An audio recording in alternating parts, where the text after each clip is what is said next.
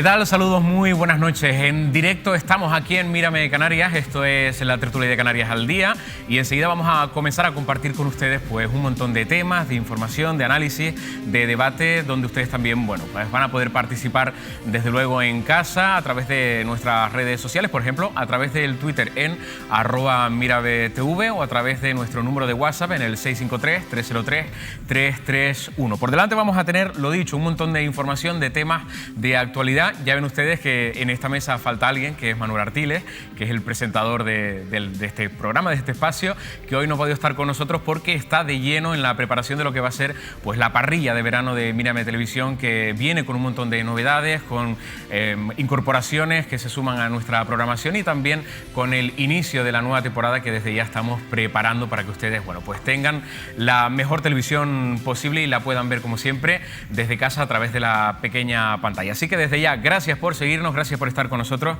y aquí comenzamos pues con las personas que ya me acompañan en esta mesa, que es nuestro compañero David Cuesta. David, buenas noches. Muy buenas noches. ¿Cómo estás? Pues muy bien, la verdad contento con la noticia de Risco Caído, que yo creo que ha sido una alegría para el archipiélago y bueno, y contento de verte aquí también dirigiendo esta mesa. Hacía tiempo que ya no estábamos, por aquí y lo echaba de menos, ¿eh? Sí. Ganas también de estar con grandes compañeros a los que además aprecio y admiro mucho y leo las cosas que publican, por ejemplo, en el periódico El País, como es el caso de Jorge Verástegui, que es colaborador de este diario. Jorge, ¿cómo estás? Buenas noches. Pues muy bien, muchas gracias por invitarme, muy contento de estar aquí también. Y Carmen Izquierdo. Carmen, muy buenas noches. ¿Cómo aquí estás? Mirando lo último, sí.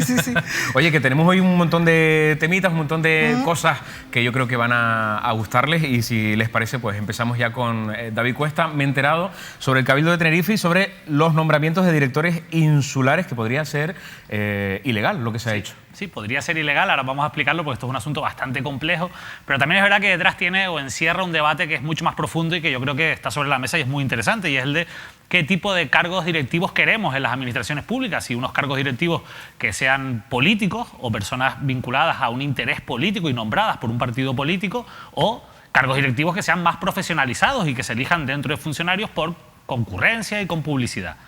Claro, esto es algo que ya la ley de régimen de bases de régimen local y el estatuto del empleado público han resuelto y han dejado claro que los cargos directivos de las administraciones públicas tienen que ser, pues, no solo funcionarios, sino que además tiene que haber, pues, una convocatoria abierta, con publicidad, en la que se premien los méritos y las capacidades y en la que pueda haber concurrencia para ocupar esos cargos directivos en las administraciones públicas. Lo que ocurre es que en Canarias, pues, somos algo especiales y sobre todo en los cabildos insulares somos muy especiales, y ha ocurrido que con la ley de cabildos que se aprobó en el año 2015, bueno, pues se quedó de manera muy ambigua, se abordó este asunto de manera muy ambigua, tan ambigua que cuando se han hecho los reglamentos que desarrollan esa ley de cabildos en los diferentes cabildos insulares, sobre todo en el caso del Cabildo de Tenerife y en el Cabildo de Gran Canaria, lo que han hecho esos reglamentos es desarrollar esa ley de manera que se permita el nombramiento directo de los directores insulares. Se pueden nombrar a dedo, se pueden nombrar de manera discrecional por el partido político que gestiona, lógicamente, ese área en concreto, y así es como se viene haciendo, insisto, en los principales cabildos. Lo que ocurre es que esto va en contra de lo que establece, de esa naturaleza que viene de las leyes estatales, que son la ley de bases del régimen local y el estatuto del empleado público del que hablábamos. Y claro, una ley como la ley de cabildos, que es una ley regional, no puede contradecir, y mucho menos un reglamento, esas leyes estatales. Entonces hay gente que ha decidido llevar estas cosas a la justicia y lo ha venido haciendo ya, sobre todo en algunos casos en el Cabildo de Gran Canaria, pero también en el Cabildo de Tenerife. Me refiero a la Asociación por la Dirección Pública Profesional de Canarias. Al final, pues esto es una asociación de funcionarios que lo que plantean es que, oye, que se profesionalice un poco más la administración pública. La sorpresa con la que nos encontrábamos el pasado viernes, yo hoy he podido hablar con esta asociación, también he podido hablar con el Cabildo de Tenerife, la sorpresa que nos encontramos el pasado viernes es un nombramiento masivo, provisional, algo que tampoco tiene mucho sentido, porque al final estás nombrado, estás en el boletín y serás cargo público hasta que te cesen o te destituyan. Por tanto, lo de provisional, bueno, es una coletilla que se ha sacado aquí este nombramiento del Cabildo de Tenerife, que no tiene mucho sentido, pero que viene a propuesta, lógicamente, del presidente del Cabildo, de Carlos Alonso, y que es aprobado por el Consejo de Gobierno. Y se nombra a los 7 directores insulares, entre ellos el director de Hacienda, el director de Fomento, pues de Juan Carlos Pérez Frías, o Miguel Becerra, el director de Cultura, José Luis Rivero, así hasta 7 cargos de directores insulares que se nombran a dedo y sin que haya habido, pues, una publicidad y una concurrencia para que otras personas que quisieran optar a estos puestos pues optasen. Claro, esto va en contradicción con lo que decíamos antes, pero sobre todo va en contradicción con los fallos judiciales que ya se van produciendo. Entonces yo he tenido hoy el tiempo de poder leer algunos de estos pronunciamientos judiciales y me he encontrado con que los jueces, cuando se han recurrido a algunos cargos públicos de estas características, por ejemplo, el exdirector de seguridad del propio Cabildo de Tenerife en el mandato pasado o otra serie de directores insulares en el Cabildo de Gran Canaria, la justicia lo que ha dicho es que lo que prima es lo que dicen la ley de base del régimen local y el estatuto del empleado público, es decir, que tiene que haber concurrencia. El debate jurídico está en algo que se basa en algo tan sencillo como, y a la vez tan complejo como decidir si estos cargos directivos, que insisto hasta ahora se nombran a dedo los cabildos insulares de Tenerife y de Gran Canaria, si estos cargos directivos ejercen una función administrativa o ejercen una función política. Y ahí es donde está el debate, porque en el reglamento del Cabildo de Tenerife, que elaboró en su momento un exsecretario, un histórico del Cabildo de Tenerife, como es José Antonio Duque, lo que se viene a decir, lo que se interpreta, es que son cargos políticos. Esto, sin embargo, ya lo ha resuelto también las sentencias y lo han resuelto los jueces, y hay un auto que es muy interesante, que además es del Tribunal Supremo, ya pues no podemos ir más arriba a buscar una explicación jurídica, que dice que no, que podrán decir lo que quieran, pero estos cargos son cargos técnicos y administrativos y por tanto tienen que salir a concurrencia pública. Hay una noticia muy reciente, hace unos días tenemos el titular, porque se siguen produciendo pues, pronunciamientos judiciales en este sentido, y este es el caso, por ejemplo, lo que ocurría recientemente con una noticia vinculada con el Cabildo de Gran Canaria y con el nombramiento de la directora insular de empleo del Cabildo de Gran Canaria. No sé si tenemos el titular. Si no lo buscamos ahora, aquí lo tenemos, es del periódico Canarias Ahora. La justicia anula, desde hace unos días, el nombramiento de la directora de empleo del Cabildo de Gran Canaria. Yo he podido leer también esta sentencia y va en la línea de lo que aquí estamos comentando. Cuando he llamado hoy al Cabildo de Tenerife, se me han remitido un escrito en el que ellos se remiten directamente a lo que dice la ley de cabildos y a lo que dice el reglamento orgánico del Cabildo de Tenerife, que básicamente es lo que acabo de comentar aquí, y es que para ellos estos son cargos políticos y por tanto no tienen por qué cumplir esa serie de requisitos. ¿Cuál es el tema? Que bueno, llegados a este punto, para poder saber si estos nombramientos son ilegales, de momento son legales porque nadie los ha recurrido, habría que ver si alguien los recurre. Entonces yo me he puesto en contacto con esta asociación por la Dirección Pública Profesional de Canarias, porque ellos han judicializado este asunto ya en varias ocasiones y me han confirmado que efectivamente a ellos les ha sorprendido mucho este tipo de nombramientos del pasado viernes, que han tomado buena nota y que están estudiando la posibilidad de también impugnar no solo estos nombramientos, sino también el propio reglamento del Cabildo de Tenerife, que al final es la clave, porque si estos nombramientos son ilegales, lo son porque el reglamento lo permite y que por tanto ese reglamento es también ilegal. Y así lo han anunciado, lo podemos adelantar aquí, que lo van a estudiar. Hay una junta, tienen una junta de esta asociación el próximo lunes 22 de julio y en esa junta de la Asociación por la Dirección Pública Profesional de Canarias se decidirá si se recurre formalmente estos nombramientos de directores insulares del Cabildo de Tenerife y el reglamento orgánico en los que se ha basado la Corporación Insular para llevarlos a cabo. O sea que entiendo que se va a actuar en función de lo que ha pasado en Gran Canaria y que es similar a lo que se ha producido estos días también en el Cabildo de Tenerife con el nombramiento de 7 directores que, digamos, son los que están debajo de los consejeros al final en muchos casos, Efectivamente, en muchos casos son los que están debajo de los consejeros, son personas de máxima confianza política, de ahí lo que estamos hablando, ¿no? Son personas del partido, digamos, en muchos de los casos, y son nombrados de esa manera. Si saliera concurrencia, pues... Gente que suele ir en las listas, ¿no? Gente que incluso suele ir en las listas políticas. Esto, insisto, que al final nos lleva a un debate mucho más profundo y es el de, oye, ¿qué tipo de administraciones públicas queremos? ¿Qué tipo de personas en los altos cargos, en los cargos directivos queremos en las administraciones públicas? Han dicho que lo van a estudiar, insisto, y no solo son sentencias en Gran Canaria, también hay una, como decía, que afecta al Cabildo de Tenerife, que afectó en el mandato pasado al Cabildo de Tenerife, y yo es un asunto que le veo mucho recorrido y que el problema es que esto se judicializará, tardará años en resolverse y no va a afectar directamente a estas personas en principio, pero sí que es bueno que por lo menos ya lo estemos planteando, que contemos cómo está haciendo piruetas o dando esas piruetas en los cabildos insulares de Tenerife y de Gran Canaria para saltarse leyes estatales y saber que la consecuencia más probable es que dentro de unos años esto cambie, ¿no?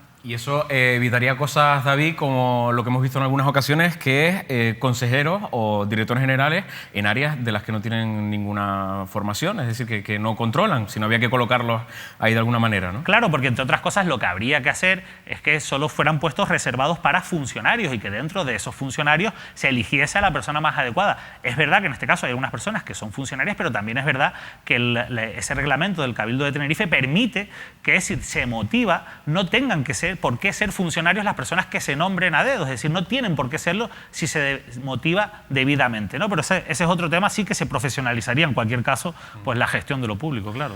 Bueno, ¿algo que apuntar?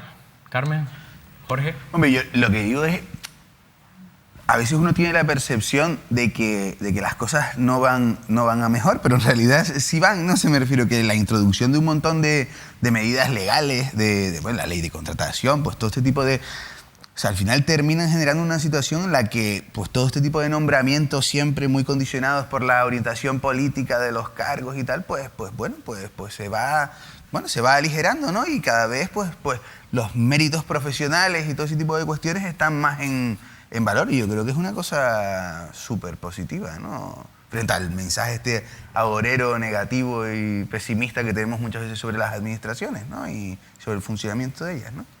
Maravilloso. Hasta ahí puedo leer. Maravilloso. Bueno, adelante. Pues maravilloso también lo que ha pasado en estas últimas horas. Saben ustedes que tenemos un nuevo patrimonio mundial de la humanidad en Canarias, en este caso en Gran Canaria, en la isla de Gran Canaria, que es la zona de Risco Caído y las montañas sagradas también del centro de Gran Canaria. Jorge, tú sobre esto pues has escrito también en estas últimas horas un artículo interesante sobre lo que supone también esta declaración, ¿no? Sí, bueno, escribí una cosita, sobre todo porque, bueno, es un reconocimiento internacional, ¿no? a un legado pues indígena en la cultura canaria, y yo creo que... troglodita, ¿verdad? ¿Eh? Que no troglodita. Bueno, como hemos visto por ahí en algunos... Claro, pero trogloditas son las cuevas, ¿no? Pero bueno, yo creo que es una cosa muy, muy importante porque en realidad ese legado es totalmente desconocido, bueno, a nivel internacional y a nivel del Estado, ¿no? También yo creo que... Se compara con la Capadocia. Sí. Bueno, y después con un poco con estas culturas aborígenes insulares como pues, Hawái, como la isla de Pascua, ¿no? O sea, que están muchísimo más reconocidas que la nuestra, y yo creo que tiene un montón de valor. Y después una cuestión es el hecho de que nos ayuda a nosotros mismos a ver la realidad de Canarias con otros ojos, ¿no? Que digamos... Con más respeto, sí. Con menos complejo. Con menos complejo. Y yo creo que nunca hemos hecho digamos, este premio lo que hace es revisitar un espacio, ¿no? que todos sabíamos que existía. Bueno, todos no, ¿eh? Yo ni idea. Bueno, no, pero me refiero, pero ya no solo el Risco, la caldera de Tejeda, los Roques, revisitar un espacio que existía y mirarlo con otros ojos, ¿no? Con un lugar pues que era un hábitat que tenía un componente sagrado para esos pueblos. Además que era algo... El calendario, ¿no? Dicen, el calendario... Sí, si lo estamos viendo eso en imágenes, ¿no? Que se supone que la trayectoria del Sol va marcando pues el tiempo, ¿no? Lo podemos ver en los mayas también, en México, en toda la zona... Eso es el Almogarén, se llama, ¿no? Que es una especie como de lugar de rituales sagrados, y entonces tiene una entrada de luz, y según el momento del año, ¿no? Pues se va iluminando. Y después creo que dentro hay como unos triángulos estos de fertilidad, ¿no? De invertidos. Oye, ¿no? lo que he escuchado, que no sé si tú me puedes dar un poquito más de información, que van a hacer algo así como una reinterpretación o un...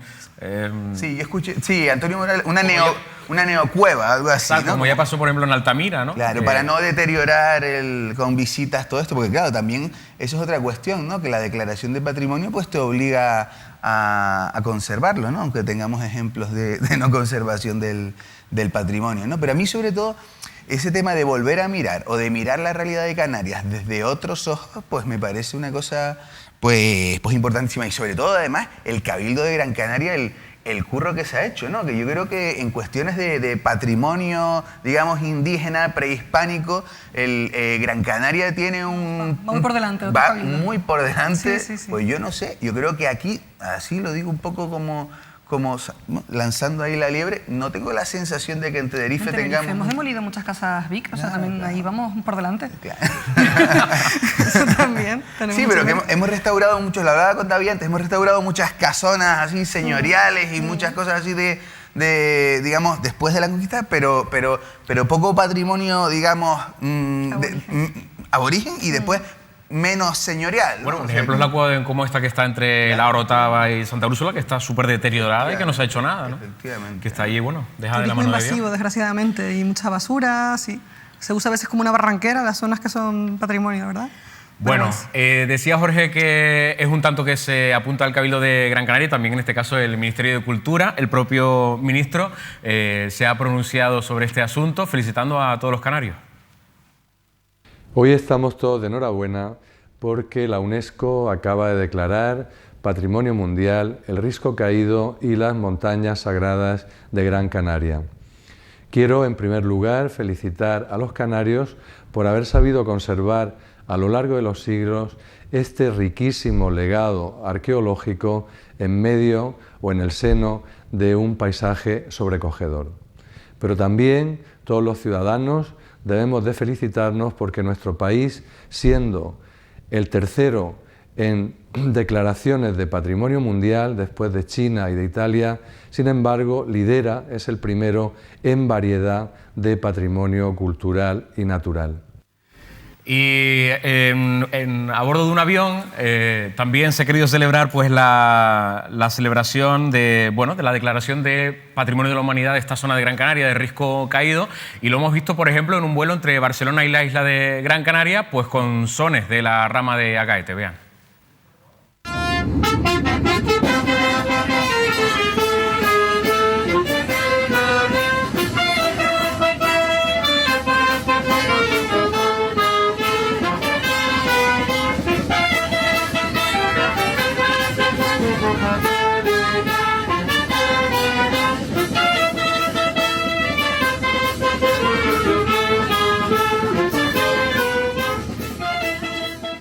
Bueno, yo no sé ustedes, pero cuando yo he conocido la noticia me planteaba, oye, ¿qué otros patrimonios mundiales hay en Canarias? Porque a veces se pueden confundir con los parques nacionales, con las reservas de la biosfera, con este tipo de cosas.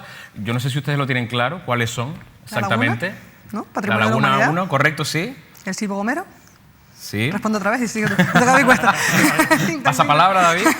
No, me quedo con el patrimonio de la laguna, que por cierto está muy mal conservado, ¿no? En cualquier caso, bueno, si volvemos al tema de Risco Caído en las montañas sagradas, a mí me preocupan varias cosas sobre este asunto. Me preocupa cómo se va a explotar todo esto, ¿no? Económicamente, empresarialmente, porque es un premio, un reconocimiento internacional a un trabajo tremendo, ¿no? Que se ha hecho de conservación y que yo creo que es un ejemplo de lo que no hemos hecho hasta ahora, ¿no? De todas las cosas que podríamos hacer hasta ahora, pero el problema está en qué va a pasar a partir de ahora, ¿no? A mí me preocupa mucho lo que pueda pasar a partir de ahora. Había una nota de prensa del Círculo de Empresarios de Gran Canaria que rápidamente se sumaba al carro y que, bueno, ellos comparaban esto con la muralla china y con Petra, ¿no? Unas declaraciones bastante grandisonantes, pero que a mí lo que más me llamaba la atención, más allá de esas comparaciones, que a veces el complejo lo tenemos, somos una tierra bastante acomplejada, pero después tenemos esos complejos de grandeza exacto, que no tienen ningún sentido y que no tienen ningún sentido y que no sirven para nada, ¿no? Pero bueno, a mí lo que me preocupaba, lo que me llamaba la atención es el oportunismo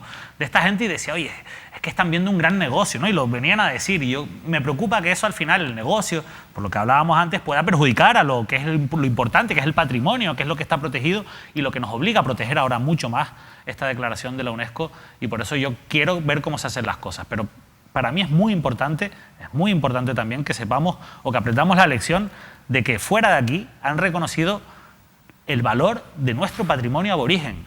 Y eso es tremendo porque nosotros mismos no lo hemos reconocido durante años. Y cuando digo nosotros, digo parte de la población, por supuesto, parte de la población, pero también las administraciones públicas que lo han abandonado. Que hemos generado un imaginario casi fantástico. Hemos hecho un mito sobre el mundo guanche que a veces se aleja de la realidad cuando tenemos patrimonio real y una investigación a través de las universidades pues muy fidedigna para poder conocer nuestra historia, pero nos hemos querido inventar y un poco por la magia, un poco por las esculturas, por el arte, una historia que no hemos tenido. Tenemos una historia, pero no tenemos el reflejo material de esa historia. Y sí que lo tenemos, sí que está ahí, pero no está protegido, no está señalado, no está estudiado, no está vigilado para que no pasen grandes cosas. No se enseñan los colegios, o se enseña muy poco. O se enseña muy poco. Bueno, yo recuerdo, hay una anécdota, se la contaba Jorge antes cuando veníamos para los estudios, y es que cuando yo estudiaba historia en la universidad, los profesores de historia aquí en la Universidad de La Laguna trabajaban para el Cabildo de Gran Canaria. Y yo siempre me hice esa pregunta, después supe por qué, porque el Cabildo de Tenerife, bueno, pues estaba completamente atrasado en mentalidad, en proyectos a la hora de fomentar la defensa del patrimonio aborigen y de cómo enfocar esta realidad que tiene Canarias, ¿no? Que tiene la isla de Tenerife. Y en Gran Canaria, sin embargo, era todo lo contrario y los profesores universitarios de la Universidad de La Laguna trabajaban principalmente para el Cabildo de Gran Canaria. Yo recuerdo que hicimos una visita en su momento, el primer año del curso, y fuimos a ver varios yacimientos y sobre todo, bueno, pues muy parecidos a cosas que, como lo que ocurre con Tindaya. Es que a mí, claro, cuando hablo de todo esto, yo me acuerdo de Tindaya. O sea, es que a mí ver al Gobierno de Canarias también celebrar esto, cuando el Gobierno de Canarias ha mirado para otro lado, ha fomentado, por ejemplo, la especulación y la explotación de una montaña sagrada como es Tindaya, ¿no? Pero es que después, yo recuerdo en esa visita que les decía, fuimos a ver yacimientos por la zona de Añaza, por San Miguel, que estaban completamente abandonados. O sea, estaban allí porque el profesor que nos llevaba, que era José Farrugia, por cierto, que es un reconocido historiador, él nos explicaba que estaban allí, los veías y veías, bueno, pues las pintadas que en su momento se hacían, que eran, bueno, pues rayadas en su momento, ¿no? Y esos...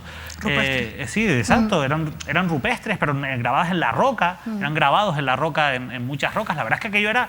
A mí me gustaba que estuviera ahí. Lo que me sorprendía era lo fácil que era llegar allí, llevarte alguna piedra de esas para tu casa y nadie te iba a decir nada, ¿no? O sea, que es otro de los grandes problemas que hemos tenido, que es que no hemos vigilado el expolio constante que ha tenido nuestro patrimonio. Y llama la atención que todo esto, teniendo en el Cabildo de Tenerife, por el ejemplo que estás dando, y en el Gobierno de Canarias, un gobierno nacionalista durante tantos años, ¿no? Que se presupone que estas cosas pues deberían ser del interés de un partido con esta ideología, ¿no? Entiendo yo. Bueno, decía yo, vamos a hacer un repaso por el patrimonio mundial. Habíamos dicho San Cristóbal de la Laguna, Silvo Gomero, y faltan dos: Parque Nacional del Teide y Parque Nacional de Garajonay, ¿vale? Pues eso, son los 4 que tenemos y ahora se suma Risco Caído en Gran Canaria. Carmen Izquierdo, ¿nos vamos al Puerto de la Cruz?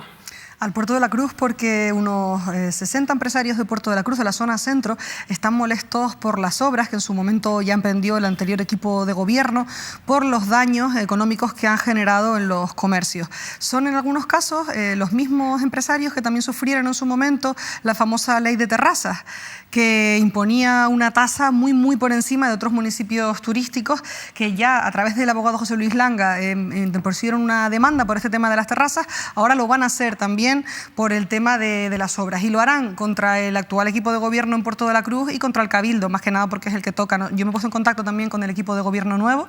Evidentemente no son responsables de esta situación, había otro equipo de gobierno durante mucho tiempo, pero la verdad que a pesar de lo que se les está cayendo encima, porque les decíamos, tienen muchas cosas, muchas situaciones complicadas que solucionar, que no son competencia de ustedes. Ellos pues la verdad es que estaban súper optimistas y han dicho, no, sí, somos conocedores de que tenemos mucho trabajo por delante, que no ha sido nuestra responsabilidad, pero sabíamos, somos del puerto, sabemos lo que hay y tenemos mucha ilusión por, a pesar de que esto no es nada fácil, hablar con este colectivo de empresarios que ya se está planteando una demanda incluso contra ellos por un tema de resarcirse económicamente, no por otra cosa, pero van a tratar de dialogar y ver de qué manera se puede dar por fin salida a esas obras, a esos comerciantes y hacer del puerto por fin ese municipio turístico, que yo creo que estamos hablando del plan de renovación turística de Tenerife desde hace muchísimo tiempo. Se dijo que se empezaría por el Puerto de la Cruz y así estamos con las calles levantadas. Entiendo que la gente esté molesta, pero también entiendo al actual equipo de gobierno que es que está llegando a inaugurar las fiestas del Carmen y ya se está llevando todo este palo, que pues la verdad que no tiene nada que ver el equipo de Marcos, pero aún así lo está asumiendo con mucha responsabilidad y dice, oye, fenomenal, sabíamos que era esto, vamos a hablar con todo el mundo y vamos a poner soluciones.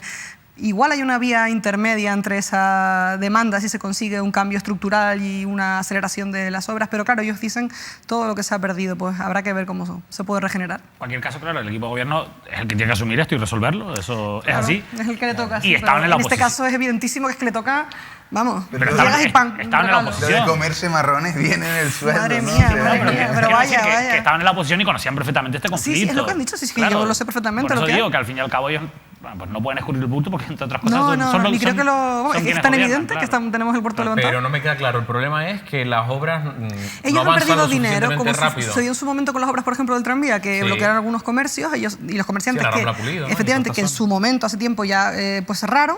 Estos comerciantes dicen lo mismo, esas obras que prometían ser tan rápidas han sido mucho más lentas, se temen que los plazos se vayan ralentizando porque ya van atrasados con los plazos anteriores y van a interponer una demanda, no han concretado aún. Mañana enviarán nota de prensa, no han concretado cómo va a ser esa demanda, esa cuantía, porque no lo han visto valorable, pero ya tenemos que se suma lo de las terrazas y ahora esto. Lo que creo que sobre todo habría falta en el puerto, además de estos temas que son más bien legales y que justificar, es realmente un sistema económico que funcione para estos empresarios, ¿no? Que ser empresario en el puerto no salga tan caro, ¿no? Y que realmente se pueda ganar, porque luego se dice, no, estamos en una ciudad turística, pero ¿de qué me sirve? Si tengo la calle levantada, no puedo tener una terraza, no puedo hacer nada. Y un gobierno que acaba de llegar al poder que pueda hacer en esto, porque, claro... Claro, eso si no era mi función, sino preguntar. Si y la han obra, dicho, ¿y qué van a hacer? Y ellos han dicho, pues bueno, paciencia, asumirlo, como estamos diciendo, encajarlo y hablar con la gente. Se van a reunir, ahora mismo ellos me decían, estamos en plena Fiestas del Carmen, 60 sabemos lo que implica. 60 empresarios. Sabemos lo que implica para todo el mundo, ellos se van a ir reuniendo con todo el mundo y van a ir hablando para ver a qué acuerdo pueden llegar.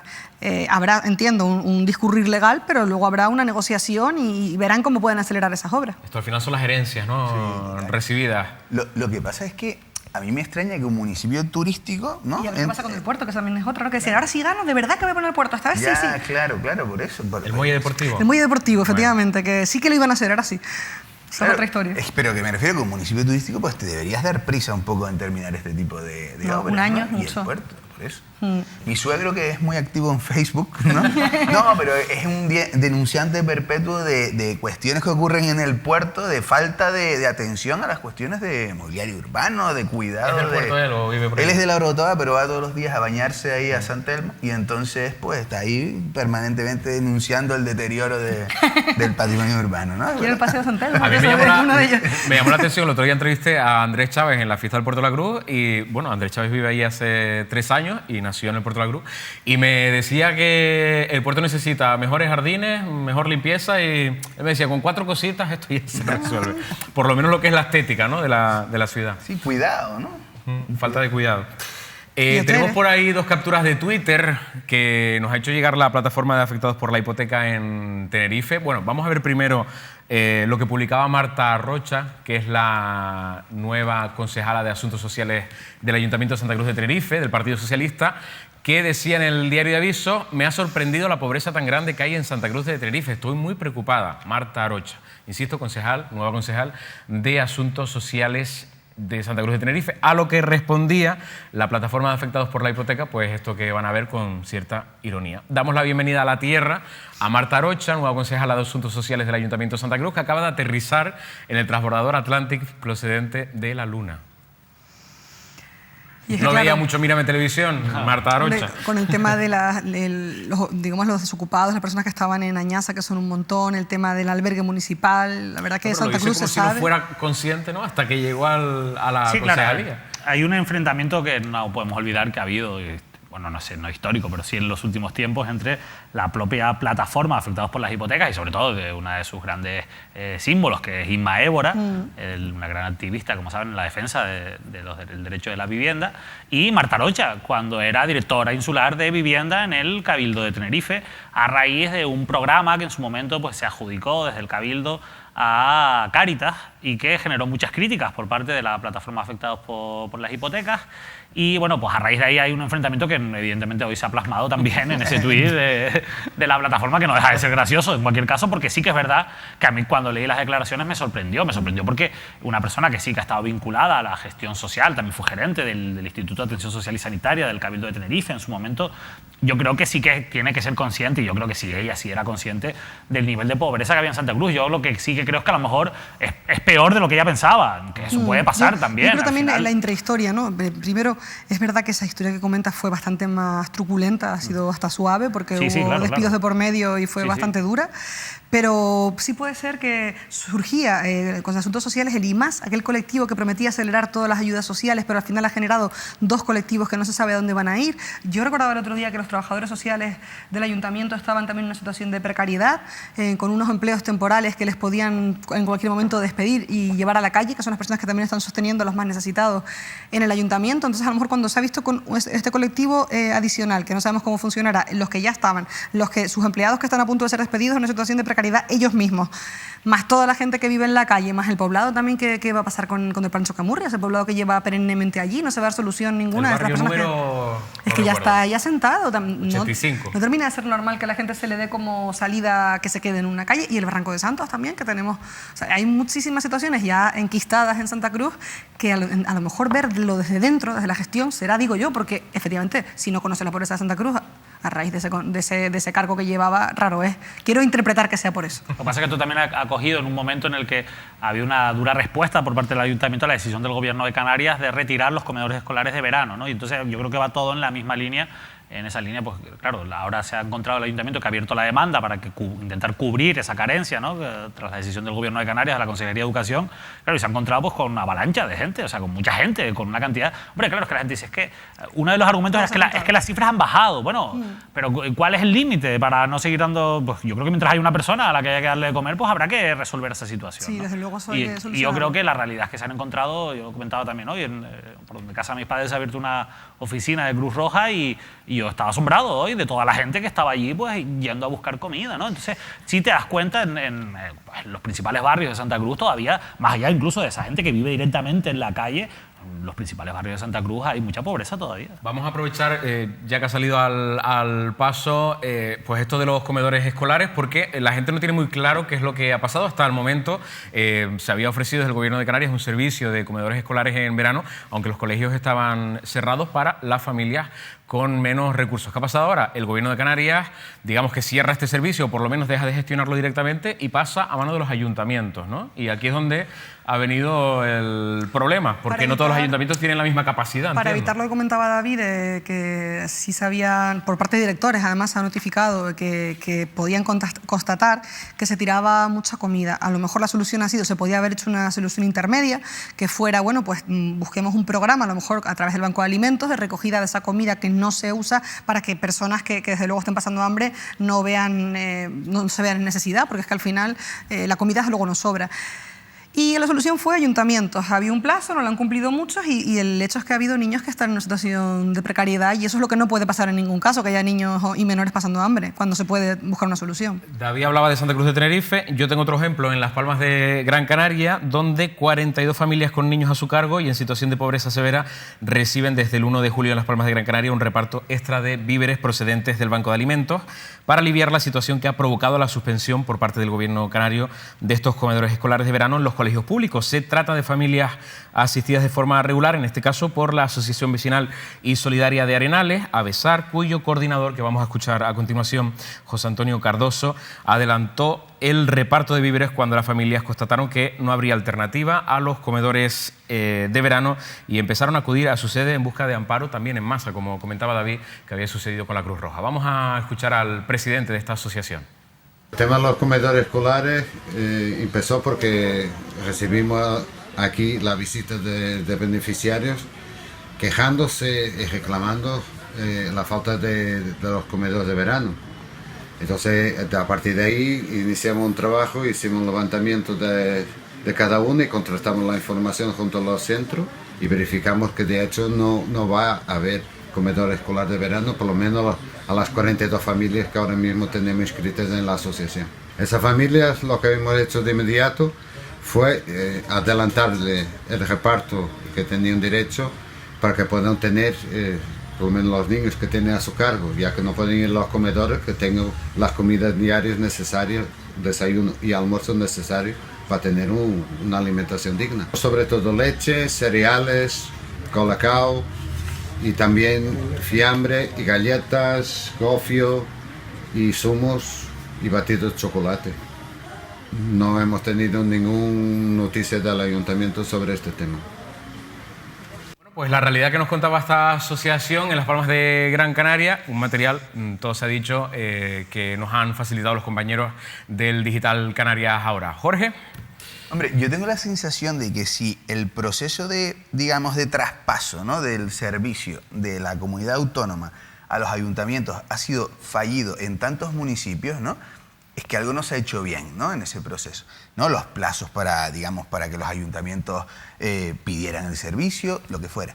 Entonces, mientras esa situación se soluciona, yo creo que lo normal es que la administración de mayor rango, que además es la que ha estado cumpliendo esa función durante un montón de años y por tanto tiene un operativo y una capacidad y un conocimiento de cómo se hace eso, yo creo que debería, digamos, de alguna manera rescatar la situación hasta que los municipios, hasta que la situación se vaya normalizando, pero evidentemente lo que no puede pasar es que pues niños que solo tienen esa comida para alimentarse, ¿no? Pues dejen de tenerla, no sé. Que el personal a veces de los comedores es personal laboral que trabaja para educación, pero es personal, digamos, contratado, ¿no? Laboral. Pero la comida, desgraciadamente, ya cada vez más llega por catering. Entonces esas empresas privadas que tienen esa subcontrata para llevar la comida no pueden hacer una gestión libre de esa comida que sobra. Ni se la puede dar a la gente en plan, mira, sobró esto, tómalo. Pues sería una ilegalidad. Ni se la pueden quedar ellos mismos, porque también sería ilegal. Entonces, ¿qué pasa con esa comida? Se queda ahí. Se desperdicia, a no ser que se genere un sistema que sea legal y transparente de qué se hace con la comida de catering que sobra. Y ver una salida que todos conozcamos y que todo se vea. Y al final quizá por ese... Seguro que hay soluciones. O sea, seguro que hay. Hay que hacer algo transparente. ¿no? Claro, Pero ese ha sido yo creo el motivo. Sí, pero que el que se ha dicho, pues pasaba esto y no se podía recuperar. No me parece tan complicado de resolver, ¿no? Yo pregunto, tiene que haber una solución. El jueves y viernes va a haber sesiones de investidura en el Parlamento de Canarias, por lo tanto la próxima semana ya estará trabajando el nuevo gobierno, presidido, se supone, por Ángel Víctor Torres, del Partido Socialista. Tiene margen de actuar para, no sé, revertir esta situación. ¿Ustedes creen que está a tiempo? A lo mejor puede ampliar el plazo para los ayuntamientos. Bueno, y supongo para que generen su... No sé si... ¿Se hacen en esos periodos que no se subsanan? Se amplía el plazo. Sí, claro. Y no sé, vamos, me refiero que si un ayuntamiento como el de Santa Cruz ha tenido margen para solventar la situación, ¿no? En tan poco tiempo, supongo que la comunidad autónoma lo tendrá también, ¿no? Bueno, Carmen, vamos con algo que hemos llamado bloque de verano. Bloque de verano. Bloque de verano, donde vamos a hablar de protectores solares, de peces come pieles, de la piscina municipal de Santa Úrsula. No sé cómo vas a combinar todos estos ingredientes. Todo tiene sentido, pero parecen temas que dices tú, que qué bobería, ¿no? Pero sí que tiene su enganche en verano por la novelería del verano. Muchas veces gente decían, ¿cómo puede ser la piscina de Santa Úrsula que eso llevaba más recorrido en verano? Pero lo cierto es que sí que he hablado con los operarios que se manifestaban en la semana pasada y ahora están planteándose ya denunciar. Pues no saben cómo hacer el organigrama jurídico, si dirigirse al ayuntamiento, a la subcontrata que les ha dejado un poco en el aire porque tiene otras empresas esa subcontrata, pero no cierran y ellos se van a la calle. Pues ellos por lo menos que se les ingrese la empresa en otra actividad que practique o que le responda al ayuntamiento, ¿no? Pero tenemos a la gente justo en el paro después de una etapa tan grande en verano. Esto lo colado no tenía ningún sentido en verano, pero tiene porque hay agua. Y sí que tenía esa preocupación por una curiosidad por las cremas solares, porque siempre hablamos, protégete en verano. Pues ha habido dos formatos de cremas solares en Isdin y Bavaria, porque son esas nuevas cremas solares que son en spray o en espuma, que están muy de moda. ¿Y qué sucede? Que decían que era protección 50, pero según un estudio de la OCU han estudiado y han visto que no tienen esa protección, que en algunos casos la que se venden como 50 es 15 o es 30. Por lo tanto, uno se lo pone, habrá un niño pensando que le va a proteger y se puede llegar a quemar. Pero hay un contrainforme de la propia empresa que dice, no, nuestras cremas son válidas y funcionan. ¿Y qué ha dicho el Ministerio? Los dos informes son reales, es decir, esta crema no es válida y sí es válida a la vez. Es lo que ha dicho el Ministerio. ¿Y qué se refiere? Si usamos el spray como debe ser y en el momento adecuado y de la forma que pone el prospecto, entonces funcionará. Si nos equivocamos un poco y lo usamos como las cremas tradicionales, se quemará. Entonces, pues esto me parece interesante. Cremas para niños, ¿no? Claro. Me parece interesante decirlo porque hoy en verano, Canarias, todos compramos cremas y mucha gente compramos cremas de marca. Porque una crema no tienes que hacer un curso para poder usar esa crema, porque entonces ya una crema para niños ya deja de ser una crema para niños. Claro, las farmacias están molestas porque dicen, voy a dejar de vender la crema que ya tengo en lote aquí, ¿qué hago? ¿Lo puedo vender todavía? Porque lo ha dicho la agencia. Pero es interesante que se sepa que la OCU cuando lo dijo es por algo. Obliga que o sea, lo de la crema dice, ¿la quito del mercado o recomienda? Al principio se planteaba de la OCU que se podría quitar puesto que no funcionaba. Por eso hicieron las empresas un informe particular, con lo cual... Sí funciona, pero hay que leerse bien el prospecto. Efectivamente. ¿No? Y el Ministerio ha dicho, todos tienen razón. O sea, una versión y la contraria son válidas. Eso es lo que ha hecho el Ministerio. O sea, que si ya hemos comprado la crema spray para niños, leernos bien, pues cómo usarla para que si no fuera se madre, queme. Honestamente, la usaba yo. Y a mi hijo le ponía una que funcione. Claro, evidentemente... ¿No les parece? Porque sentido común, yo no lo voy a hacer usaría, con ese riesgo, Hombre, no. Claro, A ver si me quema, a ver si no. ¿Estamos hablando de cualquier tipo, o sea, de cualquier marca o solo con estas en concreto? Estas marcas en concreto. Es decir, sí que funcionan, no hay por qué tirarlas, pero yo particularmente no usaría a mi hijo a ver si funciona o no. Y después, curiosamente, en el listado aparecían unas que eran muy, muy efectivas, digamos, que cumplían con lo que prometían Sí. y eran muy baratas de supermercados, por no hacer publicidad, pero de supermercados de marcas blancas, de supermercados que tú Y me dices... ha gustado la crítica "Oye, a la qué OCU. curioso, Oye, ¿no?". el Ministerio no puede decir que todo vale. Si una versión y la contraria, las dos son válidas, ¿cómo puede decir eso? Por favor, aunque desacredite a la OCU, pero diga algo que tenga un poco de sentido, ¿no? Porque Claro. al final, ¿qué hacemos? Bueno, te faltan los peces y la ajena negra. Sí, pues mira, los peces es porque recuerdan cuando vino la moda de los pececitos de los spas que se comían las pieles muertas y la gente los ponía... Y la gente los ponía en cualquier lugar, cualquier tipo de pez, con la consecuencia sanitaria que se puede tener y que incluso los ayuntamientos respondieron, pues ahora tenemos un nuevo peligro y una nueva negativa publicidad para los turistas, es la ajena negra. La ajena negra es la ajena de toda la vida, pigmentada, que sobre todo la comunidad hindú puede conocer porque se emplea mucho en sus rituales, que es... Como para hacerte un tatuaje, ¿no? Sí, lo que pasa es que la ajena negra es naranjita y no dura mucho y no es tan bonita, digamos, no es tan comercial, pero es la natural. ¿Qué pasa? Que le puedes poner un activo, ¿cómo se llama esto? Sintético. Y entonces queda mucho más bonito porque queda como un tatuaje, pero es sintético, con lo cual, si después, como sucede en el sur y en otras sures de las islas, nuestro turismo, desgraciadamente, a veces no usa estas cremas protectoras solares, que ojo, cuidado con cómo las usan, ¿qué puede pasar? Que se genera una quemadura y nos quedamos con ese tatuaje marcado para Como toda la marcado vida. en la pi- pero para toda la vida. Claro, porque se quema y te quedas con la quemadura. Claro, se te va el tinte, Porque pero se te ese queda la marca. tinte negro es tóxico, entonces hay que tener mucho cuidado cómo emplearlo. Si vemos un puestito de tatuajes en este verano y si vemos sobre todo turismo, es una mala publicidad para Canarias. Ya hay rotativos, sobre todo una niña en 2017-2018 italiana que le hicieron un tatuaje del sur de Tenerife de henna negra. Y tuvo un problema, lo típico, salimos en rotativos y después ya como hay un periodismo súper amarillista, digital, Sí, los tabloides, ¿no? efectivamente, Este tipo de- pues ya nos da una publicidad horrorosa. Pues sí que tenemos que informar de estas cosas. Pues desde los Canarios, así vemos a alguien que va a tener ese tipo de cosas, un menor o lo que sea, y lo vemos además achicharrado por el sol, es que es carne de cañón para encima, que está ya quemado, quemarse vivo. Si lo vamos a usar, pues intentar no No ir a la ponérselo, playa. realmente no, sí, efectivamente, pero si estamos es que se ponen en la playa, ese es el sinsentido. Claro. Pues póngase usted henna, aunque no sea tan bonita, la henna de toda la vida, la henna marrón, pero no la negra. Sí, que me suena más a lo árabe, ¿no? Sí, la es cultura árabe, es marroquí. hindú, se ha usado toda la vida para teñir el pelo y para la piel y nunca ha hecho ninguna reacción, a no ser que uno sea alérgico. ¿Tú tienes tatuajes, David? No. De henna tampoco. Tampoco. Es importante, China no- eso que tenía no su había interés. tatuajes. Ahora en verano hay que estar precavido. En China no te hiciste ningún tatuaje, No, o en Tailandia, ¿no? Que es muy común entre los turistas. No. Sí, está de moda. Yo cuando deje de estar de moda a lo mejor me hago un tatuaje. Bueno, vamos con el reparto de áreas del Gobierno de Canarias. Les decía yo que esta misma semana se va a producir esa sesión de investidura donde previsiblemente Ángel Víctor Torres del Partido Socialista se convertirá en presidente del Gobierno y según ese Pacto de las Flores habrá 10 consejerías en el Gobierno pues que se dividen en varios ejes y que si les parece vamos a conocer con un gráfico animado que tenemos por aquí. Por ejemplo, del reparto de áreas que va a tener el Partido Socialista Canario en la constitución del nuevo gobierno. Pues va a tener la presidencia del gobierno con Ángel Víctor Torres, la Consejería de Economía, Conocimiento y Empleo, también la Consejería de Obras Públicas, Transporte y Vivienda, Consejería de Transición Ecológica y Lucha contra el Cambio Climático, Consejería de Sanidad, también la de Educación, Universidades, Cultura y Deporte, Consejería de Agricultura, Ganadería y Pesca y la de Administraciones Públicas, Justicia y Seguridad. Estas serían las áreas que tendría el Partido Socialista en ese nuevo gobierno que a partir de la próxima semana ya estará pues a pleno rendimiento. Algo que apuntar, no sé si ya hay nombres en las quinielas de quién podría estar al mando de estas consejerías o por lo menos alguna pista. Hombre, la que está más o menos segura es la de la agrupación socialista Gomera, ¿no? O sea, Del PSOE nada. Ya Isa Castilla, bueno, eso se habla- se habla Porque con... se había hablado que repetía a Morera en Sí, lo que pasa es Sanidad. que sí, están muy callados con este asunto, ¿eh? No quieren desvelar, yo estoy muy pendiente porque me interesan algunos nombramientos en concreto, pero en el caso de Sanidad se habla mucho de Jesús Morera, esa es una de las grandes papas calientes, por decirlo de alguna manera, porque se tienen que afrontar los concursos con la sanidad privada en la próxima legislatura y Jesús Morera lo que ha pedido es que él quiere formar su equipo.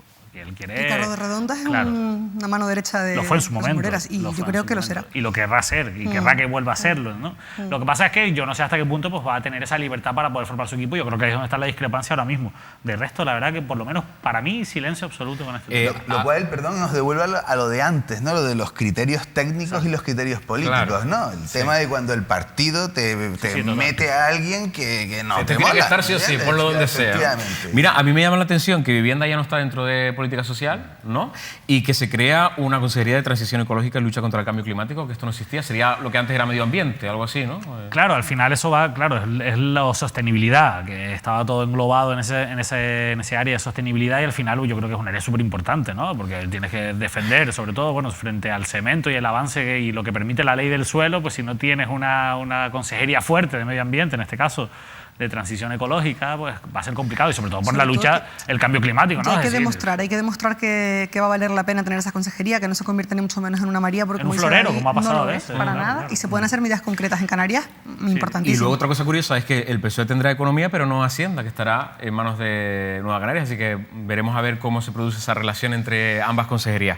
Vamos a conocer qué tendrá Nueva Canarias en la constitución de este nuevo gobierno, al igual que Sí Podemos y la agrupación socialista Gomera. Bueno, pues Nueva Canarias lo están viendo ahí. La vicepresidencia se entiende que va a ser Román Rodríguez, y la Consejería de Hacienda y Planificación. Sí Podemos Canarias va a tener la Consejería de Derechos Sociales, Juventud, Igualdad y Diversidad, y en la agrupación socialista Gomera la Consejería de Turismo, Industria y Comercio, pues como se había adelantado ya, o por las pistas, ¿no?, que nos había dado Casimiro Curbelo, que ya había dicho, o ya ha dicho, que su compromiso es con La Gomera y no con el gobierno de Canarias. Digo esto porque no será él el consejero, sino una posible, que ya es senadora, ¿no? Entiendo, sí, por Gran Canaria, sí. Yaisa Castillo. Y el Podemos, que va a tener pues lo que quería, ¿no? Derechos sociales, lo único que le ha cambiado el nombre. Ya ha incluido más áreas, ¿no? Juventud, sí, y diversidad. Pero en un momento complicado, con uno de los grandes retos de este gobierno, que es la renta básica que quieren sacar, en la que evidentemente tiene mucho que decir la Consejería de Hacienda, que lleva a Nueva Canarias, que es que tiene que buscar las perras para poder pagar esta renta básica a la que se han comprometido y que está en el acuerdo que se ha firmado, y que yo creo que es la medida estrella, en principio, de este gobierno, que tiene otra serie de compromisos que asumir, que veremos qué ocurre con la ley de Islas Verdes, tan comprometida en aquel momento. Era importante la claridad, y con ¿verdad? el muelle de Agaete, por cierto, no olvidemos el muelle de Agaete, sí, que hay un compromiso para retirar o revisar por lo menos esa adjudicación. Y yo pregunto sobre esa renta básica, si no tenemos presupuestos a nivel nacional y que todavía no se ha conformado gobierno y todo esto, con el dinero que actualmente tiene el gobierno de Canarias, o con lo que va a repetir, porque entiendo que si no hay presupuesto se repite el del año anterior, o se trabaja con el del año anterior. Se tiene que prorrogar el del ejercicio. Y una renta básica, me imagino que será un volumen de dinero importante. Sí, hombre, yo creo que no va a ser inminente en cualquier caso. Yo creo que preparar la renta básica va a llevar algunos años y aclarar el término, porque la gente entiende que renta básica es un sueldo básico para todo el mundo. Si va a ser, Carmen? Esa es la duda, que si será el nuevo sustituto de la famosa PSI, exacto, a la que no llegaba nadie o morían en la espera, o tenías que determinar por qué merecías esa PSI y no la merecías. Entonces, si es un sinónimo de PSI, prácticamente estamos igual. No, pero yo creo que va a ir más allá, lógicamente. Yo también lo espero, sí, efectivamente. La intención es que cualquier persona que no tenga ese tipo de ingresos tenga esa renta básica. Lo que pasa, el problema es la clave, la decía Carmen. ¿Cómo lo vas a hacer? O sea, si ya tenías la PSI y no sabías gestionarla, ¿cómo vas a hacer con la renta básica? ¿No? Yo creo que, por eso digo que esto va a ser un recorrido largo. Hay medidas que se han anunciado para ingresar, aunque ese dinero no se pueda o no se deba destinar a cosas como la renta básica, como es la tasa turística, que se quiere imponer en contra del criterio de muchos empresarios, y que yo creo que van a sacar adelante, que va a sacar adelante este gobierno, porque además creo que es una buena medida, que creo que es necesaria, y creo que es una buena fuente de financiación para después poder ayudar, por ejemplo, a rehabilitar zonas turísticas, como hemos venido hablando aquí en el caso de Puerto de la Cruz, que necesita, por ejemplo, un lavado de cara, y otros muchos municipios canarios, ¿no? Y ayúdenme a aclarar una cosa, porque hemos dicho las consejerías que va a tener el gobierno de Canarias en manos de quienes van a estar, pero luego, por ejemplo, las direcciones generales no tiene por qué estar en manos de las mismas formaciones, sino que va a haber ahí como un cruce, ¿no? De hecho, hay un acuerdo en ese sentido. Claro. He visto que Juan Márquez de Podemos va a tener la Dirección General de Cultura, o un nombre parecido que se le ha dado, y Cultura no está en Podemos. Esa es la idea, ¿no? Que pueda haber, sobre todo Nueva Canarias. ¿No? O sea, Nueva Canarias también tendrá personas de Nueva Canarias en varias áreas del Partido Socialista, y bueno, va a haber un poquito de control de unos partidos sobre otros, ¿no? Yo no sé si este experimento saldrá bien o no, pero bueno, la verdad que es la primera vez que vemos un gobierno a 4 y vamos a ver cómo funciona, ¿no? ¿Y habrá gente de Coalición Canaria también en ese nuevo gobierno? No, obviamente no. ¿No? ¿Tampoco con Casimiro? No creo, no lo creo, vamos, no lo creo. Era Por una aquí de las están callados en lecturas. este sector. Yo me sumo a lo de David, aunque sé que era una de las lecturas, en la pregunta desde luego es lógica, pero... Sí, era una cosa que el otro día se le preguntaba a Casimiro Curbelo me parece en el programa este de la 1. Sí, en Televisión Española. Sí, y él, es verdad que tampoco hizo un cierre en la procedencia de los cargos que iba a tener. Casimiro es un poco gallego hablando, ¿no? Sí, como que... o sea, no quedó muy claro. Sí, no. Pero hay que abrir todas las puertas. En cualquier caso, digamos, en algunos sitios se ha hablado, ¿no? En algunos medios sobre si Ángel Víctor Torres cedía demasiado poder a los otros partidos y tal. Yo creo en realidad que es un reparto bastante equilibrado, ¿no? Y también creo que es una manera de mantener cohesionado el gobierno, ¿no? Cuando tú a tus compañeros de coalición le das cargos importantes y fuertes y relevantes, yo creo que, bueno, pues estás así poniendo cemento ahí en el pacto, me parece. Es lo que se da, yo no lo tengo tan claro. Vamos a ver cómo se conduce. Por cierto, funcionarios de prisiones, ya porque tenía ese titular pequeño, sé que no es súper importante, pero sí que ha habido algún cambio en las tornas.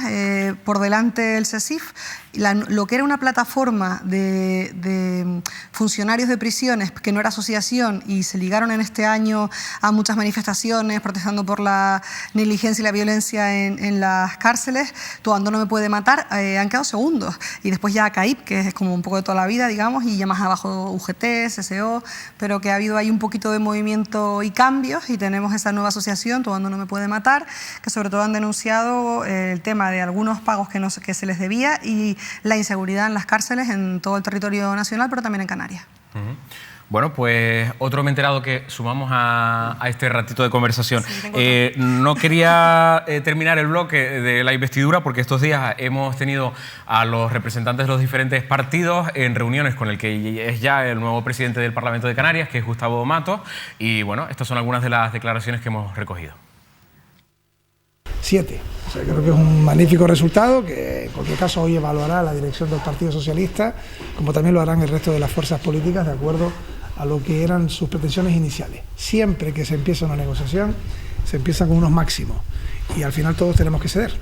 Nosotros hemos expresado, por tanto, nuestro apoyo a esa investidura, al programa de gobierno que estamos construyendo conjuntamente y, por lo tanto, creo que no habrá sorpresa y tendremos de presidente de esta comunidad a Ángel Víctor Torres como candidato de 4 fuerzas políticas que hemos concitado, acuerdo y consenso. Y bueno, también nuestras ganas de trabajar desde dentro del gobierno, pues con ese apoyo al Pacto de Progreso y de Cambio para Canarias. La necesidad de la cooperación para hacer de esta legislatura un trabajo coordinado de los distintos grupos parlamentarios en el Parlamento, la cooperación de los distintos grupos, la necesidad que tiene la agrupación socialista Gomera de crear un grupo parlamentario propio. Nosotros no formamos parte de ese acuerdo que hemos conocido únicamente por los medios de comunicación y por tanto nosotros no vamos a apoyar a ese gobierno y uno de los motivos principales es porque en ese acuerdo se incluye a un partido como Podemos que está muy alejado de nuestros planteamientos y por tanto no vamos a apoyar a ese ejecutivo y como digo vamos a estar en la oposición haciendo una oposición firme. En cuanto a nosotros, la posición política que podríamos mantener con respecto a ese acto de investidura, como hemos gobernado y sabemos de la responsabilidad de no decirle a los gobiernos antes de que ese candidato haga su discurso de investidura, vamos a mantener nuestra posición de reserva hasta el día en que haga el acto de investidura. En ese momento valoraríamos cuál va a ser el sentido de nuestro voto. Le he expresado claramente que el Partido Popular va a votar en contra de la investidura del candidato del Partido Socialista. Bueno, casi nada nuevo. Solo me llama la atención lo que dice Barragán, que todavía no tienen claro el sentido del voto hasta que no escuchen al futuro presidente hablar o a Ángel Víctor Torres hablar. Se tiene la evidente lectura de que tienen muy claro que prefieren reservar su lectura, ¿no? En posteriori. Y puede ser que la tengan bastante clara, ¿no? También. Puede ser que la tengan bastante clara en función de lo que suceda, que últimamente es una moda en política. Bueno, yo creo que la tienen bastante clara. La sorpresa sería lo que estábamos especulando antes, que pudiesen colarse a alguien de Coalición Canaria en alguna consejería, cosa que yo veo bastante poco probable, la verdad. Entonces, esto es parte un poco del teatro ahora también que tienen que hacer desde la oposición a la hora de, pues oye, vamos a posicionarnos, ¿no? ¿Cuál va a ser nuestra postura y a diferenciarnos también de Ciudadanos, del Partido Popular? Al final tenemos a 3 partidos de derecha que compiten por el mismo electorado en la oposición y eso va a ser también una de las partes más interesantes, ¿no? A ver cómo se gestiona y cómo se intentan diferenciar unos de los otros, ¿no? En la legislatura. Hay tantas obras en el Parlamento de Canarias, veíamos ahí a Román Rodríguez con el abanico, ¿no? A lo mejor Sí, eso no invirtieron en nunca le abandona el aire abanico. acondicionado. El abanico nunca le abandona, pero hubo obras recientemente porque había termitas, ¿se acuerdan? Y ya no hay. Bueno, y había que ampliar el Parlamento Sí. para ubicar a los tanta 9 gente, ¿verdad? nuevos. Hay Bueno, tanto vamos asiento. con más política, en este caso en el Cabildo de Tenerife. Enseguida vamos a Fuerteventura también, que hoy ha habido movida. Pero en el Cabildo de Tenerife nos seguimos preguntando si finalmente habrá moción, si no habrá moción, si Carlos Alonso tiene claro que va a poder gobernar durante los próximos 4 años. Lo que sabemos es que ha dicho en estos días que tiene la garantía de que el Partido Popular y Ciudadanos no van a promover una censura a su presidencia. Vamos a escucharlo. Bueno, yo sigo con la misma pauta de trabajo, ¿no? Tanto la dirección nacional como regional de Ciudadanos y el Partido Popular han dado garantía de que no se va a producir una moción de censura, sobre todo en el caso de Ciudadanos apoyado por Podemos, ¿no?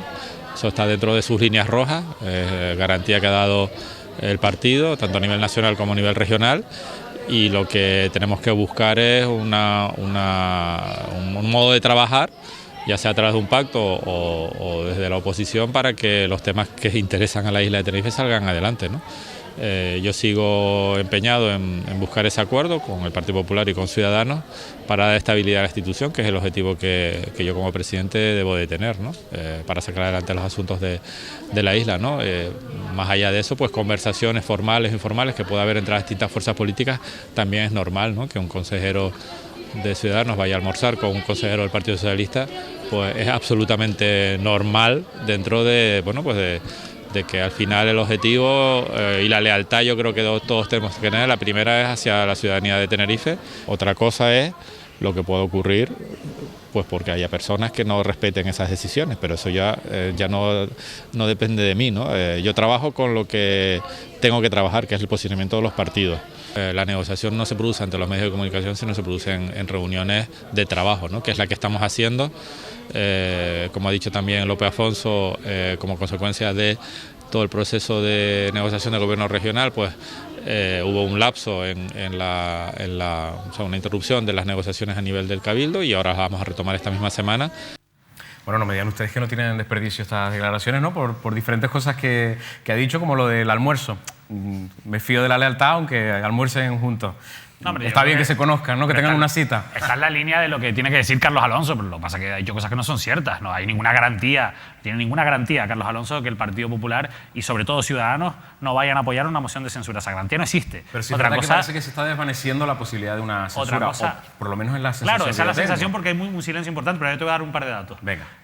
La realidad es que, por un lado, no existe esa garantía como tal. No es cierto tampoco lo que dice Carlos Alonso, que hay una línea roja en Ciudadanos de que no se pueda votar una moción de censura con Podemos. Lo que hay una línea roja de que no se puede gobernar con Podemos, pero esa moción de censura que podría apoyar Podemos, podría apoyar Ciudadanos, no tendría o no conllevaría que Podemos entrase en el gobierno, eso ya Podemos lo ha dejado claro, pero lo más importante es que siga habiendo contactos y que siga habiendo contactos entre el Partido Socialista y Ciudadanos. El pasado viernes hubo una reunión en la que el Partido Socialista se reunió con los dos consejeros de Ciudadanos y les propuso y siguieron avanzando en lo que podría ser una moción de censura. Hay muchas dudas por parte de los consejeros de Ciudadanos, no dudas a la hora de apoyar la moción de censura, ellos lo tienen clarísimo, ellos quieren apoyar esa moción de censura, los dos consejeros que tiene Ciudadanos en el Cabildo quieren apoyar esa moción de censura. El problema es que quieren también garantizar su futuro, de alguna manera. Lógicamente, ellos lo que no quieren es apoyar una moción de censura y que después sean expulsados por su partido, porque esa posibilidad también podría estar ahí. Lo que ocurre es que hay muchas dudas, y esto hay que plantearlo, porque yo creo que hay que profundizar un poco en esto, porque se ha dicho mucho de, bueno, ¿qué pasa si los expulsan inmediatamente y ya no pueden cobrar? Hay una cosa que hay que aclarar, porque es muy importante, y es que si son nombrados antes de ser expulsados, podrían seguir cobrando y podrían seguir ejerciendo como consejeros en el Cabildo de Tenerife. Esto es una parte que va ya en la parte legal, y sobre todo esto son las cosas que se están negociando ya, cuidado, o sea, estamos llegando a este nivel de detalle.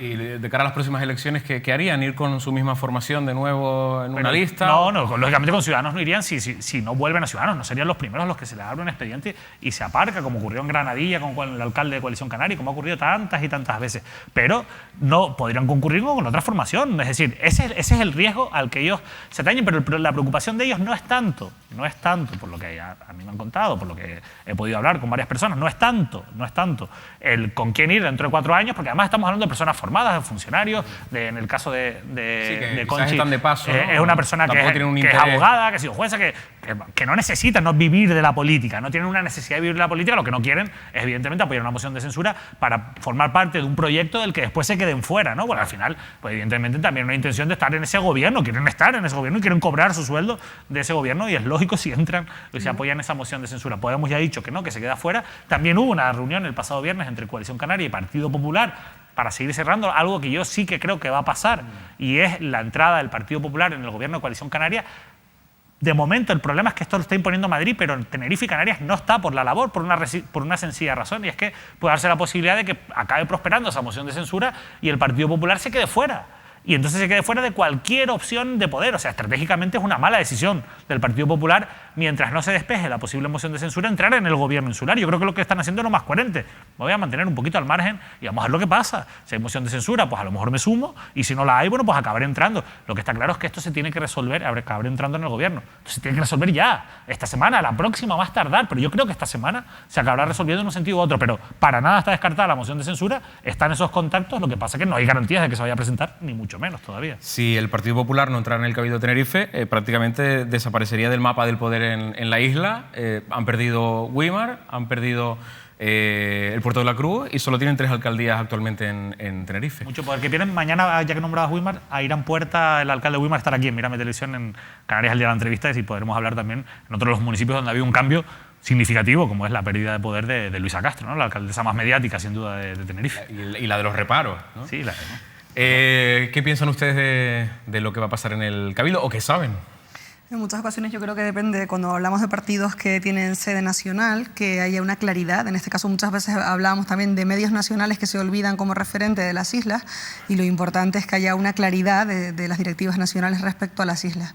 Cuando eso exista, yo creo que todo el mundo podrá manejarse con más claridad, y la lealtad, al fin y al cabo, es poder gobernar.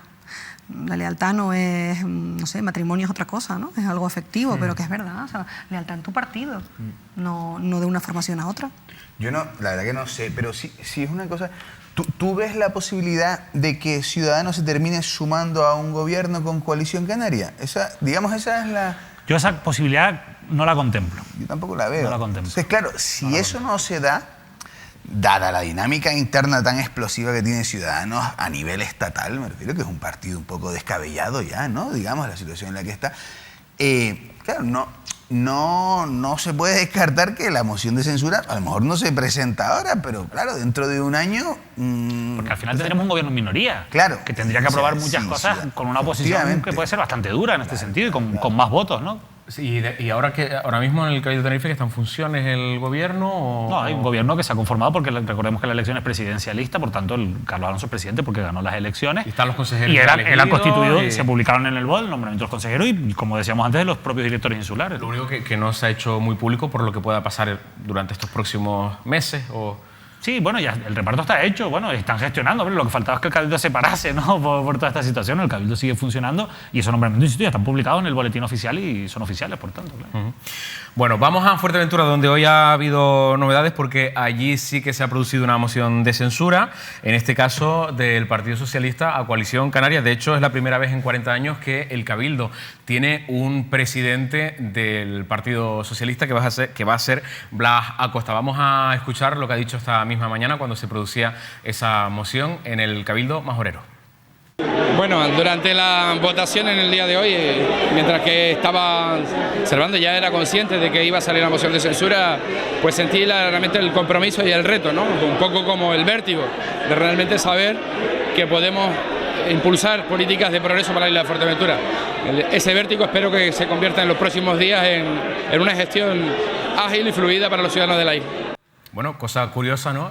Lo que ha pasado en Fuerteventura, porque Coalición Canaria pierde de nuevo un bastión importante de su poder, ¿no? Durante estas últimas décadas, que era el Cabildo de Fuerteventura. Sí, porque salvo del 95 al 99 que estuvo Ildefonso Chacón, también con una moción de censura, ellos han estado gobernando, ¿no? desde el principio de la democracia, lo cual es un cambio histórico. Claro, la única duda es si el, digamos, ya presidente del Cabildo de Fuerteventura era el mejor candidato para encabezar ese cambio y esos supuestos aires de renovación, ¿no? Una persona que, digamos, que lleva tiempo como entrando y saliendo en cuestiones judiciales, ¿no? En varias investigaciones. por su labor en el ayuntamiento de Pájara, no sé. A mí no me gusta, o sea, no me gusta el perfil que tiene, no me gusta el currículum con el que llega y, a ver... Sí me gusta, claro, David. Que me gusta eso. Que... No, es verdad. O sea, claridad. Es que es verdad, a mí no me gusta. Yo estoy con Jorge en que probablemente no era la persona ideal. Yo creo que había personas más cualificadas, no cualificadas, pero sí que más idóneas para ese puesto por, insisto, el pasado que arrastra Blas Acosta y que, bueno, a mí me parece una persona que ya tiene un recorrido lo suficientemente largo como para haber dado un paso a un lado desde hace tiempo, ¿no? Por algunas cuestiones, insisto, de las que podríamos entrar en detalle, pero que en verdad, pues cuanto menos, pues ponen en duda la figura de Blas Acosta. La verdad es que a mí no me gusta. Otra cosa es que, bueno, ese pacto pues viene a romper pues un gobierno enquilosado ya de muchos años en Fuerteventura, en una isla que de verdad se ha quedado atrás en muchas cosas y que necesita un desarrollo que no tiene y sobre todo saber explotar mejor sus recursos turísticos de lo que lo hace. Eso no supone explotar el territorio como también se ha pretendido desde el Cabildo Insular o explotar la montaña de Tindaya, pero sí supone políticas decididas para impulsar el turismo y la riqueza que tiene Fuerteventura. Coalición Canaria actualmente solo tiene el Cabildo de Tenerife, entonces, ¿no? Y el de La Palma. Y el de La Palma. Bueno, vamos a publicidad. Enseguida volvemos con más asuntos de su interés aquí en la tertulia de Canarias al Día. Nada, una breve pausa en el camino y continuamos con más cositas. Hasta ahora.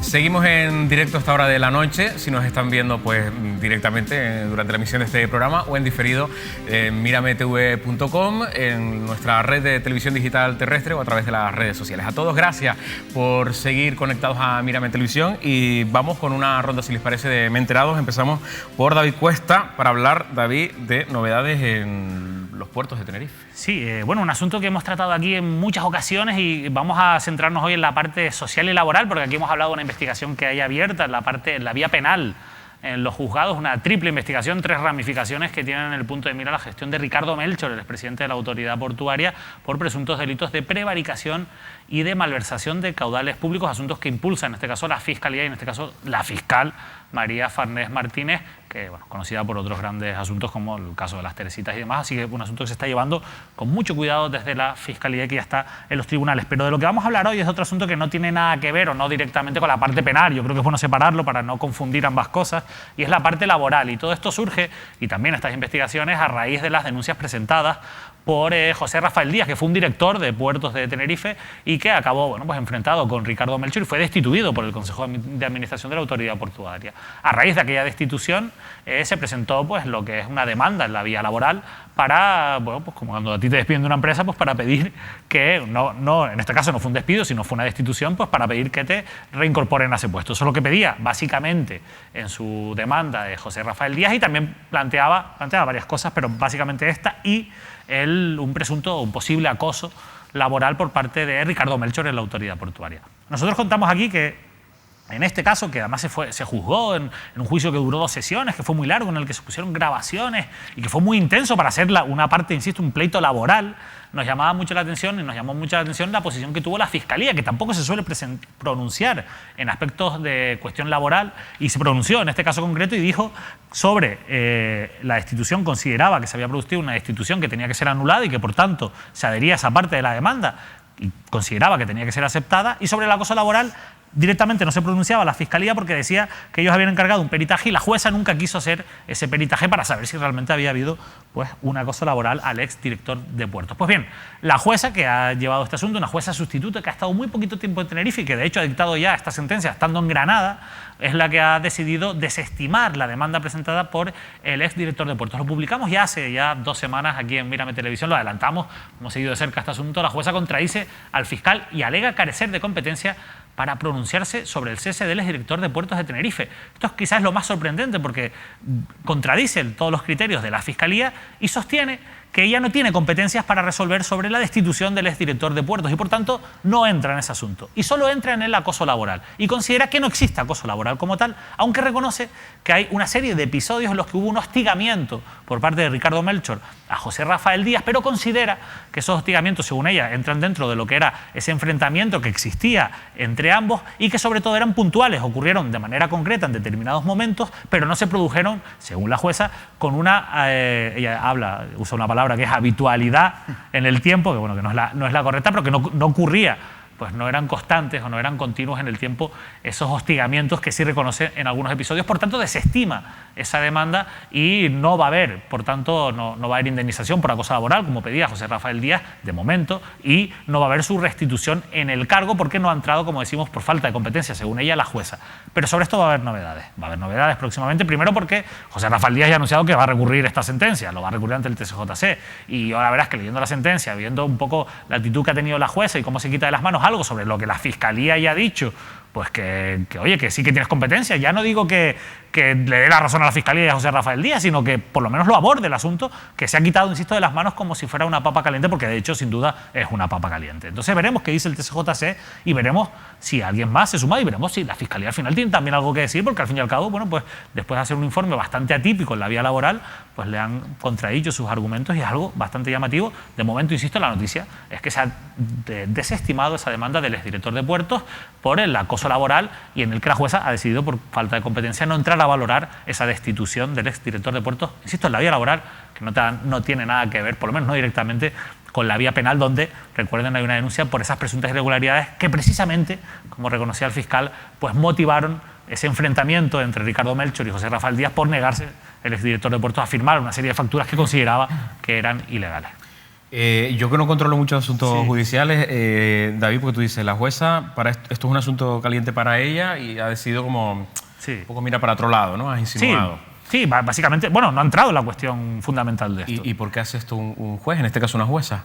Hombre, pues ella, según ella, porque ella dice que no tiene competencias, y si entrásemos en la parte técnica, considera que el nombramiento no es un nombramiento laboral, sino un nombramiento estatutario y que, por tanto, bueno, pues es un asunto que no se tiene que resolver en la jurisdicción laboral. Sin embargo, ¿y qué otra lectura se podría hacer? Bueno, pues la que hace la Fiscalía, por ejemplo, o el fiscal, que en estos casos nunca se suele pronunciar y en este sí se pronunció, pues para decir que había que aceptar esa demanda y que había que reincorporar a José Rafael Díaz porque considera que efectivamente existió una destitución que no está ajustada a derecho, entre otras cosas porque se negaba a firmar o estaba motivada porque se negó a firmar facturas que consideran irregulares y que han dado pie a una investigación penal por presuntos delitos o de indicios de delitos que ha visto la fiscal María Farnés Martínez de prevaricación y de malversación de fondos en la gestión de Ricardo Melchor. Entonces, ¿a partir de ahora qué? A partir de ahora hay un recurso y lo tendrá que resolver el Tribunal Superior de Justicia de Canarias, que es quien realmente, bueno, pues va a entrar en el fondo de esta asunto. ¿Qué se no puede decir que no? Bueno, podría hacerlo, podría darle la razón a la jueza, pero tampoco es mi competencia. No sé, por la experiencia y por ver la posición que tiene la Fiscalía aquí, si estuviera solo la parte del afectado, ¿no?, de José Rafael, bueno, pues no tendría ni idea, no me intentaría posicionar tanto hacia dónde creo que va, pues, a dirigirse esto, ¿no? Pero con la posición de la Fiscalía, bueno, pues yo creo que el TSJ cuanto menos va a entrar a valorar esa destitución, como pedía en este caso el exdirector de Puertos. Bueno, toda la información, ya lo han visto, la tienen en mirametv.com, en nuestro portal web, donde, bueno, pues está bien explicada toda esta información que David se nos acaba de relatar. Vamos con más asuntos. Jorge, tenemos que volver a hablar de Coalición Canaria y de su futuro inmediato, podríamos decir. Sí, hombre, yo creo que sí, su futuro inmediato, su futuro a corto y medio plazo, ¿no? Esto, bueno, se abre un escenario absolutamente inédito, ¿no? Después de la pérdida masiva de poder en Canarias. Y bueno, y una vez desaparecido bueno, no desaparecido, una vez debilitado un poco el pegamento del poder, pues hay que ver un poco lo que va a ocurrir. Y bueno, yo lo que empiezo a ver, porque estuve haciendo un poco de investigación, ¿no?, para un reportaje o para un artículo que saqué el fin de, un poco que empiezan a aflorar, bueno, pues algunas de esas contradicciones que han estado, pues, dormidas o adormecidas en Coalición Canaria por todos los años de poder, ¿no? Y digamos contradicciones o disputas o divergencias o discrepancias ideológicas que probablemente ya estaban un poco en la escisión de Nueva Canarias en el año 2005 y que vuelven a aparecer, ¿no? Yo fundamentalmente veo el tema de digamos, la hegemonía de Tenerife respecto a las demás islas, ¿no? Y cómo se va a articular eso, digamos, porque veo que en determinadas islas empieza a surgir alguna contestación, ¿no? Después también el eje centro-izquierda, centro-derecha, ¿no? El otro día salía un artículo de Paulino Rivero no me acuerdo en qué medio era, pero hablando un poco de la necesidad de recuperar la centralidad, pero que es algo que ves que respiran otros sectores. Bueno, Mario Cabrera lo decía en el artículo que escribí. Y después también veo un poco el eje nacionalismo más moderado, nacionalismo más, digamos, no voy a llamar radical, pero un nacionalismo con un perfil más acentuado, ¿no? Bueno, también empiezo a escuchar algunas opiniones en ese sentido, ¿no? Más soberanista, quizás. Sí, más soberanista. Bueno, sí. Más de autogobierno. Sí, Mario es una línea independentista leve, ¿no? Coalición Canaria. Sí, de algún momento hablaron de Estado Libre Asociado y tal, ¿no? Pero eso está como muy diluido, pero sí, un poco, hablando con Mario Cabrera, hablaba de, bueno, la necesidad de tener un modelo energético propio, un modelo de sostenibilidad propio, estas cuestiones que no han estado en el discurso de Coalición Canaria en los últimos años y que él un poco hablaba, ¿no? de reivindicar. Decía que el poder un poco los había burocratizado, ¿no? y que era el momento de volver a la política. Hay una cosa curiosa porque citan, o varias personas me citaban el ejemplo del PNV, ¿no? Del tema del liderazgo orgánico, la diferencia entre el liderazgo orgánico y el liderazgo institucional en el PNV, ¿no? Y cómo eso había mantenido siempre el PNV fortalecido como partido político. O sea, ¿no? que las personas que están en las instituciones no estén en los órganos del partido. Del partido. Y también miran un poco al PNV como ejemplo de partido nacionalista que ha pasado a la oposición y que a los 4 años ha conseguido volver con mucha fuerza. Claro, yo creo que lo que cambia aquí es una cuestión que no ocurría en el País Vasco, es que va a haber un partido nacionalista también en el gobierno, ¿no? O sea, que me refiero que el eje de disputa nacionalista va a estar muy interesante porque frente a, digamos, estas apelaciones a la unidad nacionalista por ejemplo, de García Ramos, ¿no? Y su cumbre y tal, claro, en Nueva Canarias, un poco por lo que he pulsado, están más bien por convencer a los sectores progresistas que quedan en Coalición Canaria de sumarse a ellos, más que de una unificación. Bueno, porque en realidad para ellos, digamos, ATI, o lo que representa ATI históricamente, es un anatema. Pero ¿no? yo creo que queda muy poco dentro de la coalición actual de esa parte más izquierdista que sí. era y que se pudiera aceptar a Nueva Canarias. Queda muy poco, más allá de figuras como la de Paulino Rivero, que pueden ser destacadas y demás, Fernando Ríos, pero no queda mucha gente. Pero algo en Fuerteventura, quizá no aquí, pero sí en las islas, digamos, menores. Claro, en Tenerife sí, ¿no? Y Jorge, como que estás hablando de una absorción, ¿no? Bueno, no, yo solo digo lo que he hablado y lo que he escuchado, ¿no? Pero que sí noto que en Nueva Canarias hay un cierto puede ser interés absorbido, ¿no? Por una parte. Por los sectores progresistas integrar de Nueva Coalición Canarias. Canaria. y de esa ronda de entrevistas que has hecho y de contactos, recordemos que Coalición Canaria es una especie de fusión, ¿no? de partidos pequeñitos que estaban en diferentes islas y que en un momento dado decidieron concurrir junto a las elecciones.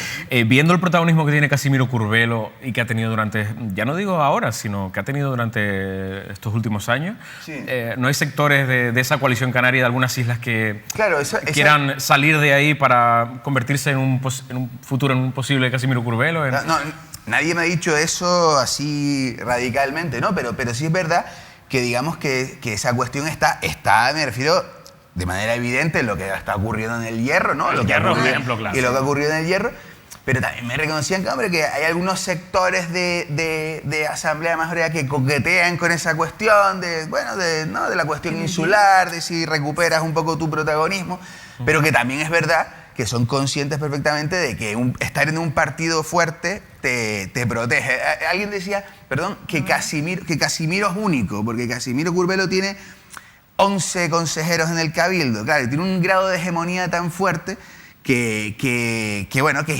digamos que se puede permitir esa cosa, pero que es verdad que en cuanto Casimiro tiene una debilidad, como por ejemplo lo de Valle Gran Rey, se lo ventilan también, o sea, lo sacan de Valle Gran Rey, ¿no? Aunque ya eso se pueda solucionar de cara a sus intereses a largo plazo o a medio plazo, pero es verdad que tienes que ser muy hegemónico para permitirte ser insularista, ¿no? Me decían, bueno, son la lectura de Hierro también para que, por si la puedes abundar, porque me parece curioso el hecho de esa crítica que se ha hecho a la antigua presidenta del Cabildo, de la formación de AI, pero después no ha habido un líder claro que lo sustituya, es decir, criticamos al líder porque nos parece excesivamente, no sé cómo decirlo, magnético o que opaca a los demás, pero no existe... Era David Cabrera, o sea, yo conozco un poquito ese debate y David Cabrera se posicionó, David Cabrera quería liderar el proyecto y de hecho ha liderado el proyecto alternativo que ha sacado mejor resultado que la propia Belén, ¿no? Entonces, y anteriormente no ha habido tampoco esa consecución pero como tan estrella que se planteaba. En el Hierro la gente está muy con David Cabrera. De hecho,